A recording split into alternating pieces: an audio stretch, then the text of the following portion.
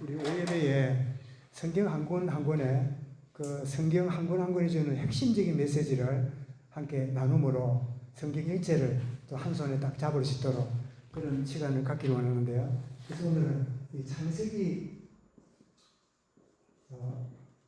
이 핵심적 메시지라는 제목으로 말씀을 드리겠습니다. 사실은 핵심 메시지 하면 되는데 옛날에 많이 썼잖아요. 그 핵심적 메시지가 오해할까봐 그렇게 해서 잡은 겁니다. 자, 성경 각권을 통해 주시는 핵심 메시지 보겠는데요. 우리 한번 제가 화면을 준비했으니까 보겠습니다. 자, 성경에는 역사, 교리, 윤리, 교훈이 많이 포함되어 있잖아요. 그래서 로마서 15장 4절에 이렇게 말씀합니다. 읽어보겠습니다. 전에 기록된 바는 우리의 교훈을 위하여 기록된 것이니. 그래서 자칫하면 아브라함이 이리 살았으니까 우리도 이리 살아라. 이거 잘못됐으니까 이러면 안 된다. 이런 식으로 성경을 이제 볼 수 있잖아요. 그런데 두 번째입니다. 그러나 성경의 핵심은 생명의 책입니다. 윤리도덕 문제는 한참 뒤에고 생명의 책인데, 그래서 요한은 이렇게 20장 31절에서 기록을 하는데요. 같이 읽어봅니다. 오직 이것을 기록하면 너희로 예수께서 하나님의 아들 그리스도이심을 믿게 하려 하며 또 너희로 믿고 그 이름을 힘입어 생명을 얻게 하려 함이니라. 이게 생명이라 나오지요. 그래서 성경이 뭐냐? 예수 그리스도를 창세기, 출애굽기, 레위기, 민수기, 신명기 모든 성경은 그리스도를 드러내는 게 성경의 핵심입니다. 한번 볼까요? 이어서 보겠습니다. 성구를. 예, 에베소 1장 1장 8절 9절인데요. 읽어보겠습니다.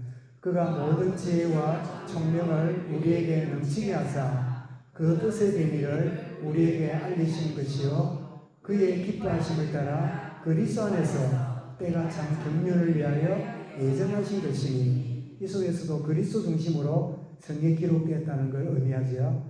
에베소 1장 17절도 읽어보겠습니다.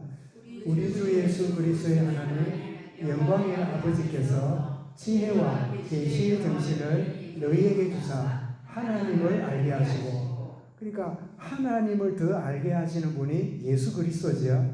그리스도를 제대로 만나야 하나님을 경배하고 예배할 수 있다는 말이죠. 그래서 준비된 걸 보겠습니다. 이걸 보면 첫째 날이 뭡니까? 해를 만들고 햇빛, 두 번째는 공창을 만들고, 셋째는 나무를 만들고, 또 넷째는 이 별과 이런 천지를 만들고, 다섯째는 바다와 그 생물을 만들고, 여섯째는 동물과 마지막으로 뭡니까? 인간을 만드셨잖아요. 여섯 가지 이제 면인데요.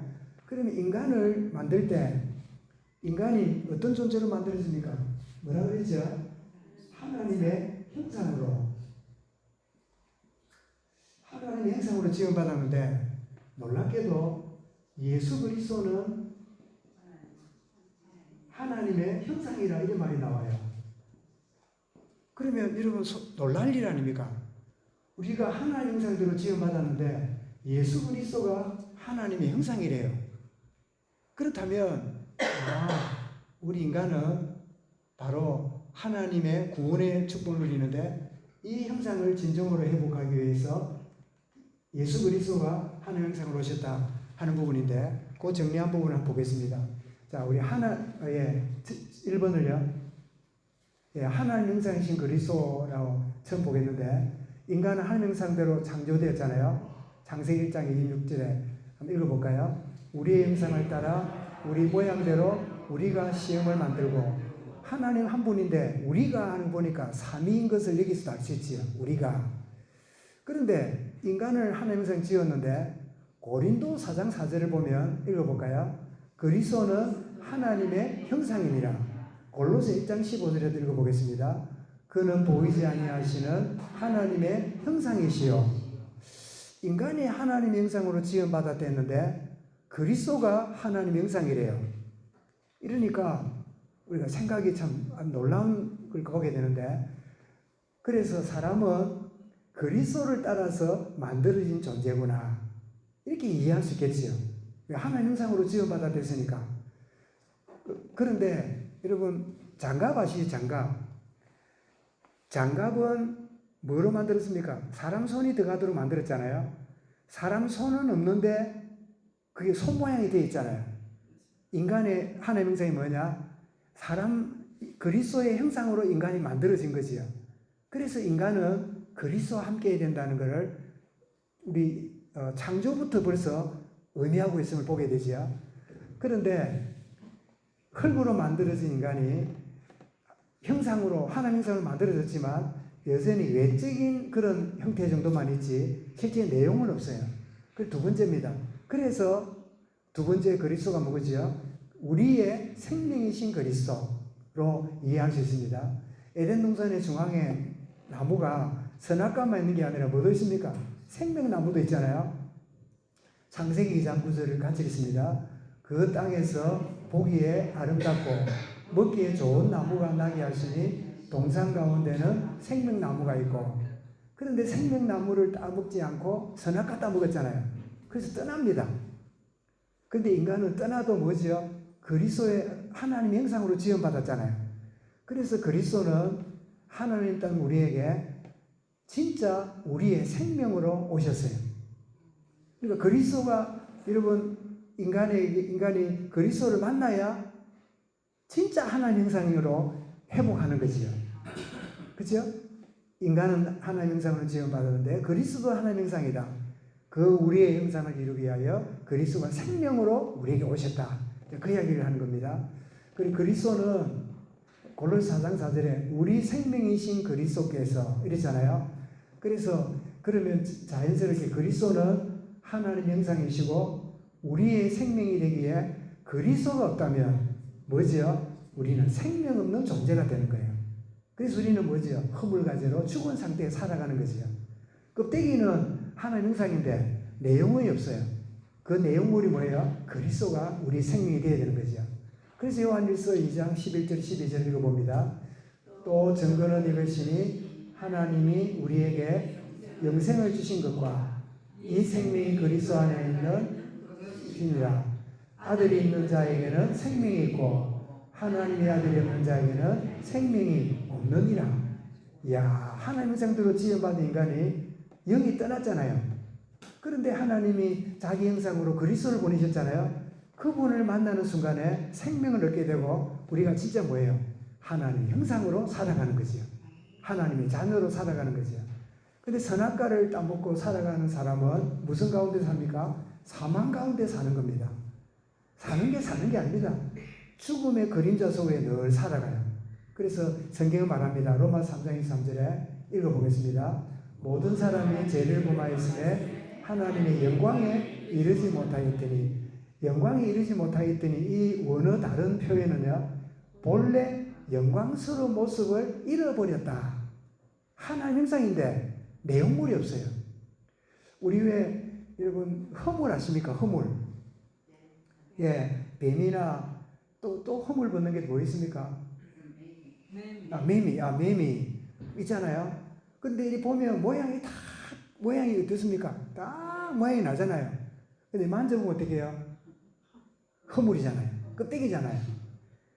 우리 인간이 그리스도 없는 인간은 뭐예요? 허물 갖고 사는 인생이에요. 허물 갖고. 그러니 좀 다른 이야기입니다만은 인간이 뭐죠? 허물투성이라. 그래서 죄인인 거죠. 생명 없는 존재.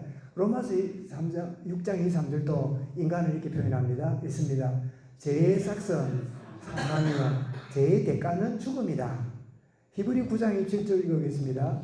한 번 죽는 것은 사람에게 정해진 것이요 그 이후에는 심판이 있으리. 끝이 아니라 심판이 있다. 그래서 하나님 형상의 껍데기만 갖고 있는 인간은 생명이 없기 때문에 결국은 불못에 떨어지는 그냥 화답 소재 같은 존재지만 생명이 들어와야 된다는 것을 우리 알게 되죠. 그런가 하면 세 번째로 그리스도가 누구냐? 뱀, 사단을 멸망시키신 분이 그리스도예요.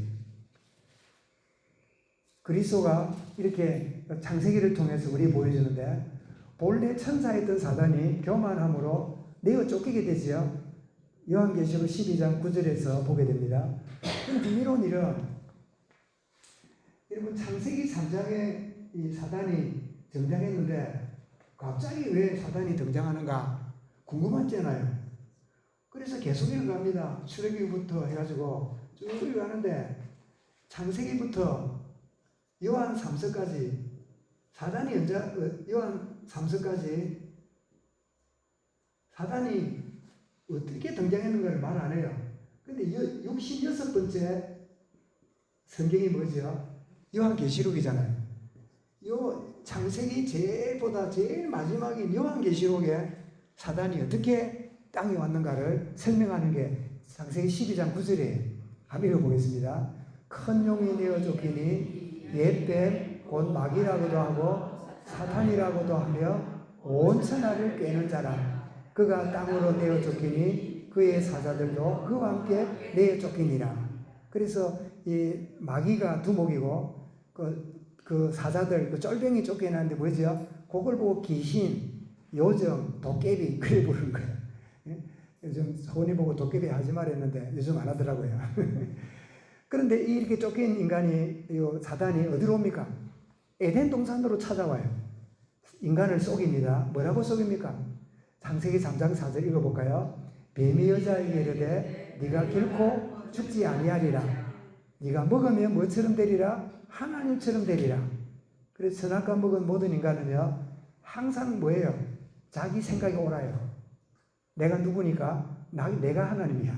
내 생각이 옳아. 아내와 남편이 싸웁니다. 남편도 하나님이고 아내도 하나님이에요. 모두가 하나님이에요. 여러분 정치판에 가보세요. 저놈은 틀렸고 나만 맞아요. 그래서 모두가 선악과 먹은 결과로 자기만 옳다고 주장하며 사는 게 인간이 되었지요. 그래서 하나님이 그리스도를 보냈습니다. 어떻게 해요? 사단을 멸망시키려고 오신 그리스도임을 창세기 3장 15절에 뭐 했습니까? 여자의 옷은 내 머리를 상하게 할 것이요. 머리를 상하게 할 것이요. 이 상하게 된다는 말은 머리를 이개고 부신다 그 뜻이지요. 그래서 이사야 7장 14절에 읽어보겠습니다. 보라 처녀가 잉태하여 아들을 낳을 것이요 그의 이름을 임마누엘이라 하리라. 여자의 후손하고 여기 나오는 처녀가 잉태하여란 말하고 연결되는 말입니다. 여러분 자녀가 어떻게 태어납니까? 남자의 씨로 태어나잖아요. 그런데 여자라는 말을 하는 이유가 뭐죠? 남자의 제약과 상관없이 유전되지 않는 그런 상태를 의미하죠. 성령으로. 그래서 바울은 갈라디아 4장 4절에서 이렇게 설명합니다. 읽겠습니다. 때가 참에 하나님이 그의 아들을 보내사 여자에게 나게 하시고 남자가 아니라 말이죠. 율법 아래 나게 하신 것은 율법 아래 있는 자를 속량하시고 우리로 아들의 등분을 얻게 하려 하심이라. 그래서 하나님 형상으로 지음받은 인간에게 생명이 없잖아요. 그래서 그리스도가 하나님 형상이고 우리에게 생명을 가져다 주는 분으로 오셨다 라는 것을 우리에게 설명합니다. 우리 율법 아래에 있다는 말은 율법이 틀린 게 아니라 율법의 기준들을 보면 우리는 모두 뭐예요? 모두가 멸망당해야 돼요. 그래서 죄 가운데 있는 우리를 구속하시려고 사람 몸을 입고 오셨다. 그 말씀을 갈라디아 4장 4절에 하죠. 그래서 우리 받게 되는 교훈은 그리스도를 통해서 구약에 나오는 모든 인물이 개인 구원을 받습니다. 이 아담이 가죽 옷을 지어 입었다 그랬죠. 피 흘림으로 옷을 입잖아요. 또 아벨이 순교의 피를 흘리는 가운데 있었죠. 셋도 그때서 여호와 이름을 부르는 때가 왔다 했습니다. 에노스가 뭡니까?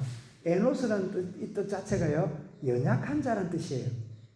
여러분 인간은 연약하고 싶지 않아요. 강하고 남보다 앞서고 똑똑하고 훌륭한 소리 듣고 싶어요. 내가 약하다고 싶으면요 둘 중 하나입니다. 사람이 언제 약하다고 말할까요? 내가 약한 자다. 하던 일이 실패할 때요. 절망할 때 연약하다 생각하고 극단적 선택해요. 그러나 구원받을 자가 내가 연약한 자 깨달을 때가 뭐지요? 하나님 은혜 누리는 때예요. 에노스는 누굽니까? 자신이 연약한 줄 알았어요. 이 말은 뭘 말하죠? 구원의 은혜를 사모했다. 이름 속에 나오는 거죠. 또 우리 아는 대로 에녹은 누굽니까? 하나님과 동행한 자. 노아가 누굽니까? 구원의 방주를 건조했는데 노아 뜻이 뭐지요? 위로잖아요. 위로하는 자. 그리고 아브라함, 이삭, 야곱, 요셉 나오는데 여기 뭡니까? 개인 구원입니다. 거의 창세기는 개인 구원을 다루고 있어요. 그러다가 야곱에게 12아들이 나잖아요. 12아들이 나도 각각 구원받은 사람인데 하나님이 이 12아들, 12지파를 교회를 만들려고 애굽으로 데려옵니다. 애굽이라고 하는 자궁으로 데려와서 교회라는 것을 잉태하는 그런 놀라운 일을 이루시는데 그게 뭐죠? 그게 출애굽기예요. 그래서 창세기는 개인 구원, 출애굽기부터는 하나님이 교회를 통해서 역사하시는. 그래서 창세기부터 보면 개인 이름이 나오대요. 출애굽기도 보면 이스라엘 백성이, 유다 백성이, 백성이란 말로 바뀌게 됩니다. 그래서 창세기는 뭐냐? 그리스도와 교회를 알려주고 있는데 교회는 하나님이 자기 백성과 함께하는 거처다. 그래서 이런 구원받은 개개인이 그리스도인이 되잖아요. 이런 우리가 모이면 뭐가 돼요? 바로 우리가 모여져서 성도가 되고 성도들이 모이니까 뭐가 됩니까? 교회가 되는 거지요. 그래서 창세기는 뭐냐? 생명 되신 그리스도와 구원받은 교회를 설명한다. 그렇게 간단하게 정리하면 그리스도를 통해서 하나님의 형상이 갖고 있는 우리에게 생명을 가져다 주므로 진짜 우리는 뭐예요? 하나님의 형상으로 살아가는 그런 하나님 만나는 축복을 누리는 은혜 가운데 있는 그래서 그리스도를 통해서 우리가 구원받는 그래서 여러분 제가 AI에서 보니까 이게 뭐예요?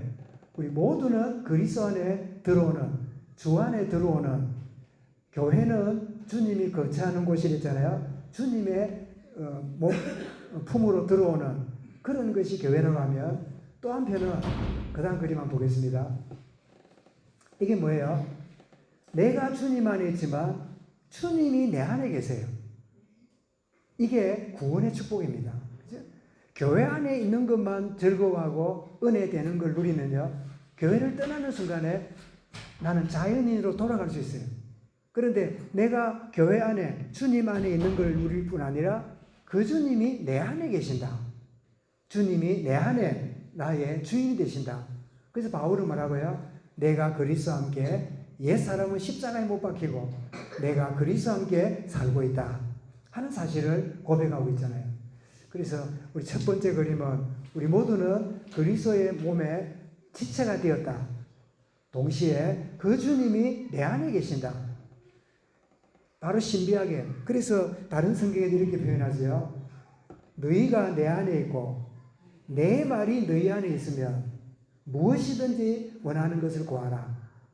보고 15장에 나온 말씀이잖아요. 그래서 내가 주님 안에 분명히 있음으로 구원받았고 주님 말씀이 내 안에 있으니까 뭘 받아요? 응답 인생으로 사는 거지요. 그래서 구원과 응답은 따로가 아니라 연결되어 있는 거지요. 내가 주님 안에 있으니까 구원받았고 주님이 내 안에 말씀으로 함께 하니까 그 말씀으로 응답하시는 그 축복을 누리게 된다. 그 창세기를 우리가 얼마 전에 한 2년 가까이 살펴보았는데 한마디로 창세기는 뭐라고요? 그리스도와 교회를 설명한다. 교회가 뭡니까? 교회는 궁극적으로 무리가 교회지만 사실은 뭐죠? 우리 한 사람 한 사람이 교회예요. 그리스도를 주인으로 만난 사람이 교회예요. 그러면 이 교회가 된 우리가 함께 모이니까 이게 또 뭐가 돼요? 이게 또 교회가 돼요. 그래서 사도행전에 보니까 모인 그 자리에 누가 임합니까? 주의 성령이 임하시면서 성령 충만 받은 그들이 내가 믿고 내가 누리고 나만 좋아서 살 수가 없어요. 그래서 이 복음을 붙잡고 어떻게 해요? 자기 현장으로 나가서 예수는 그리스도라고 증거하기를 쉬지 아니하니라 라고 나가는. 그런데 우리는 사도행전 그림만 그리면 야 어떻게 성령 불 받아가지고 뛰어나가서 복음 전하는데 나는 그거 쉽지 않는데 이럴 수 있는데 제가 오전 예배 때 말씀드렸잖아요. 식당 경영하는 분이 그냥 자기 종업원에게 좋은 영향을 주었더니 그 사람이 나도 예수 믿어도 되냐고 말하길래 같이 이렇게 하고 나중에는 자기는 그냥 그 오전에 예배 드리고 설교 마치면 빨리 가 식당 열으라고 그래 일을 시키고 있었는데 그 은혜 받은 그분이 나도 예배 드리면 좋겠다고 이야기를 그렇게 하길래 자기도 주일 문을 닫고 주일 성수하기로 해서 오히려 참 그렇게 믿음으로 나가게 되고 하나님이 그걸 볼 때 뭐라고요? 오히려 금요일이나 토요일에 갑절에 손님을 보내가지고 주일을 마음껏 쉬어도 되는 그런 응답을 주셨다. 이게 뭐죠? 성령이 임하면 너희가 권능받고 제자를 세우는 이 일이 오순절에 임하는 그림만 생각이 아니라 작아 보이고 미미해 보이고 소홀해 보이는 그 자리에 하나님의 계획이 있다. 그 소홀한 그 시간이 굉장히 소중한 시간이다 하는 사실을 우리 마음에 담는다면 그게 뭐죠? 오순절 성령의 충만한 누린 자들이 삶 속에서 정인으로 나아가는 이런 집사 빌립도 기도하는 중에 자꾸만 광야로 가라 하는 마음이 자꾸 생겨서 뭐 특별한 계획도 없는데도 갔잖아요. 갔더니 뭐가 지나갑니까? 수레가 하나 지나가는데 수레 탄 사람이 보니까 무리가 많이 가니까 아주 굉장한 귀족인 같아요. 우리 이디오피아 내시였잖아요. 그러니까 왕궁에 있는 그 왕의 신하니까 대단했을 거 아니에요. 그런데 그 사람 보니까 성경을 보고 있는데 뭘 알고나 읽라고 물어봤더니 읽긴 있는데 내가 잘 모르겠다고 조금 설명해 드릴게요 하니까 올라와서 설명해 달라고. 그 이사야 53장을 설명해 줬더니 그리스도를 만난 다음에 너무 기쁨으로 그 사람은 이렇게 자기 나라로 가고 빌립은 빌립대로 돌아오고. 그런데 그 에티오피아 내에서 한 사람이 뭐라고요? 아프리카의 최초의 그리스도인이 되는 전도의 불씨가 되는 그런 논란이 일어났잖아요. 근데 이번에 그 선교사들이 와서 여러 도표를 보이면서 놀란 거는 지금 제일로 부흥이 일어나는 이런 이 5대양 6대주 중에 제일로 큰 부흥이 일어나는 때가 이런 어딘지 아십니까? 5대양 6대주 같으면 어디를 말합니까? 우리가 잘 아는 대로 여기는 유럽이고 여기는 아프리카고 또 여기는 아시아고 여기는 뭡니까? 북미고 남미고 여기는 호주고 세계지도 그리기 어렵지 않습니다. 이 복음이 그 유대 땅에서 로마로 들어갔잖아요. 유럽으로 들어갔잖아요. 이 유럽으로 들어갔던 복음이 미국으로 왔고 여기서 우리 선교사는 우리 아시아로 복음이 전거되는 일이 벌어졌잖아요. 그리고 5대양 6대 중에 유럽, 아프리카, 아시아, 오세아니아, 북미, 남미 중에 어느 지역이 제일 여러분 이 성령 역사 일어나고 구원 역사 일어나는 것 같아요? 어느 지역일 것 같아요? 예, 아프리카입니다. 아프리카에 어마어마한 부흥의 역사가 일어나는. 그래서 저는 그 이야기를 들으면서 세계에서 제일로 낙후되고 발전 안 된 지역이 됩니까? 아프리카잖아요. 소외당하고 참 노예로 무시당하고 참 그런 아픔을 겪었던 곳이잖아요. 그런데 놀랍게도 이 아프리카에 우리는 아프리카에 부흥운동이 일어난다니까 막 그냥 막 열정적으로 있는 줄 아는데 여기도 세계적인 지도자들이 많이 일어나요. 그래서 하나님이 정말 이런 놀라운 일을 일으켜 가시는데 역사하고 계시는 걸 우리가 보게 되는데 정말 주님이 내 안에 오시면 한 교회가 되고 교회가 된 우리가 함께 모여서 하나님 예배하고 복음 전할 때 참 생명 역사를 일으키는. 그래서 큰 하나님의 큰 일도 중요하지만 소소하고 미미하고 작아 보이는 가운데 주님이 나와 동행하신다. 이런 축복을 누리면서 이번 한 주간에 여러 곳에 만나기도 하고 가기도 하고 앉아있기도 하고 생각하기도 하고 모든 전화를 걸기도 하고 받기도 하는 그런 가운데 이 모든 걸음이 나를 증인으로 쓰시는.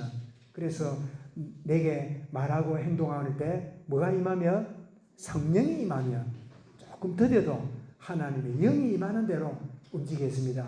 그게 안 되면 뭐 한다고요? 까불지 마. 까불지 않도록 하나님의 영이 나를 인도하시는 그런 축복. 정말 참 그리스도와 교회를 보여주는 이 창세기를 살펴봤는데요. 다음 주간에는 출애굽기를 보면서 출애굽기의 핵심이 뭔가를 살펴보는 시간을 갖도록 하겠습니다.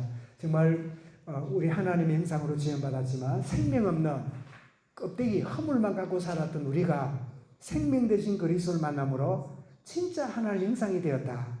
이 축복을 창세기를 통해서 또 마음에 담는 그런 은혜를 누리는 이 한 주간 되시길 바랍니다. 기도하겠습니다. 하나님 감사합니다.